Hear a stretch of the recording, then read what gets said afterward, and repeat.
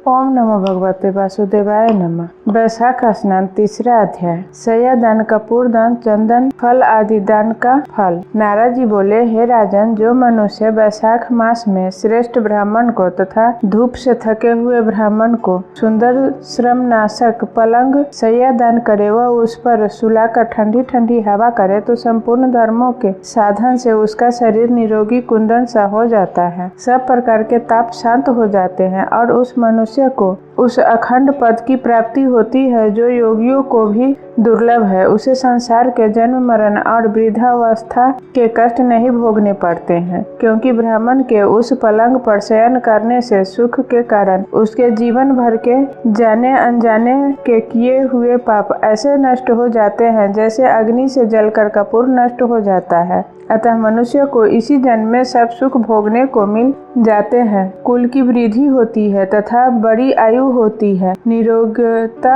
यश और धैर्य मिलता है। उस धर्मात्मा के कुल में 100 पीढ़ी तक कोई अधर्मी नहीं होता। जो वेद पाठी ब्राह्मण को तकिया देता है उसके सब पाप नष्ट हो जाते हैं। अंत में ब्रह्म पद प्राप्त होता है। इसके बिना दिए मनुष्य सुख पूर्वक निद्रा नहीं कर सकता। इसके आश्रयभूत होकर वह पृथ्वी का राज्य भोगता है। हे राजन अम्बरीश, यह मनुष्य 7 जन्म तक सदा सुखी, भोगी, धर्मपरायण और विजयी होता है, फिर अपने 7 कुल समेत मुक्त हो जाता है। जो मनुष्य वैशाख मास में चटाई अथवा किसी प्रकार का आसन कंबल दान करता है वह बंधन मुक्त होता है। जिस पर शेष शयी विष्णु भगवान स्वयं विराजते हैं, जैसे जल में पड़ी हुई ऊन नहीं भीगती, वैसे ही संसारी जीव संसार के बंधन को प्राप्त नहीं होते। चटाई पर सुख पूर्वक निद्रा आने से दुख और परिश्रम दूर हो जाता है। वैशाख में कंबल दान करने से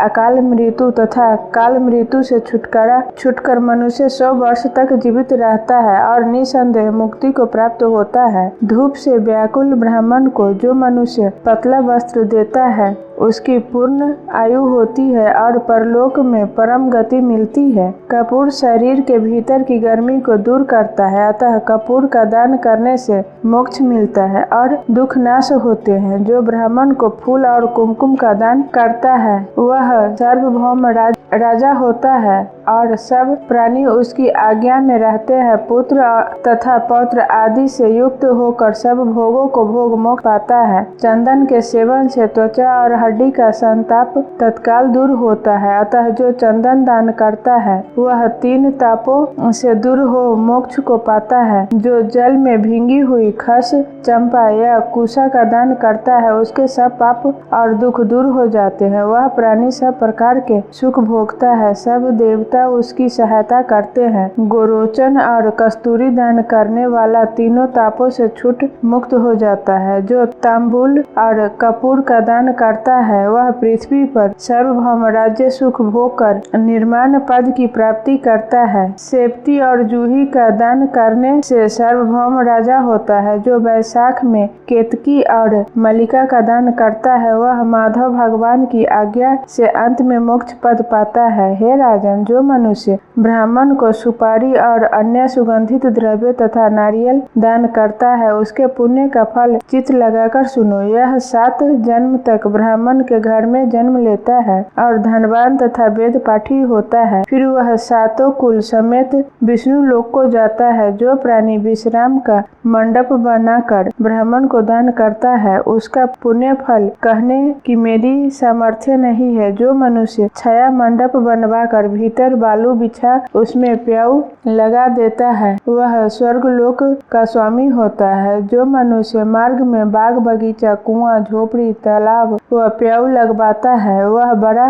धर्मात्मा होता है और यही सद्धर्म उसके पुत्र होते हैं। संतान 7 प्रकार की कही है। उत्तम शास्त्रों का सुनना, तीर्थ यात्रा, सत्संग, जलदान, अन्नदान, पीपल का पेड़ लगाना और पुत्र का होना, यह 7 प्रकार की संतान वेद वेत्ताओं ने कही है। इसीलिए संतान की इच्छा करने वाले को इनमें से एक कर्म अवश्य करना चाहिए। पशु पक्षी मृग और वृक्षों को भी स्वर्ग सुख नहीं मिलता, फिर मनुष्य का तो कहना ही क्या है। जो मनुष्य सुपारी, नागबल्ली, कपूर और अगर सहित पान का दान करता है वह निश्चय ही शारीरिक पापों से मुक्त हो यश, धैर्य और लक्ष्मी को प्राप्त करता है। जो रोगी देता है तो वह रोग से मुक्त हो जाता है और जो निरोगी देता है वह मोक्ष पाता है। जो मनुष्य तापनाशक छाछ का दान करता है वह विद्यावान और धनवान होता है। जो जंबीरी का रस और नमक डालकर अरुचि नाशक छाछ का दान करता है वह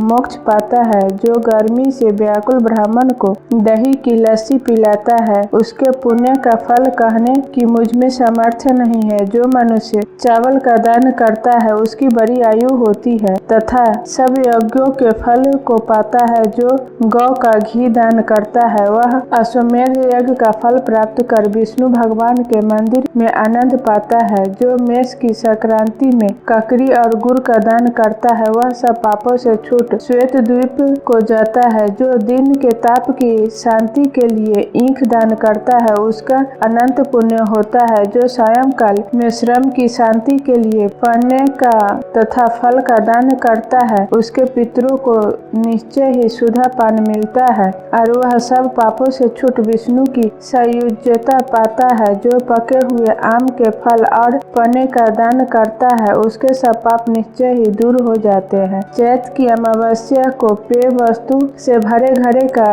दान 100 गया के श्राद्ध के समान है और जो कस्तूरी, कपूर, मल्लिका, खस आदि वस्तुओं से युक्त जल कुंभ का दान पितृश्वरों के लिए करता है तो उसको 96 श्राद्ध करने का पुण्य निसंदेह प्राप्त होता है।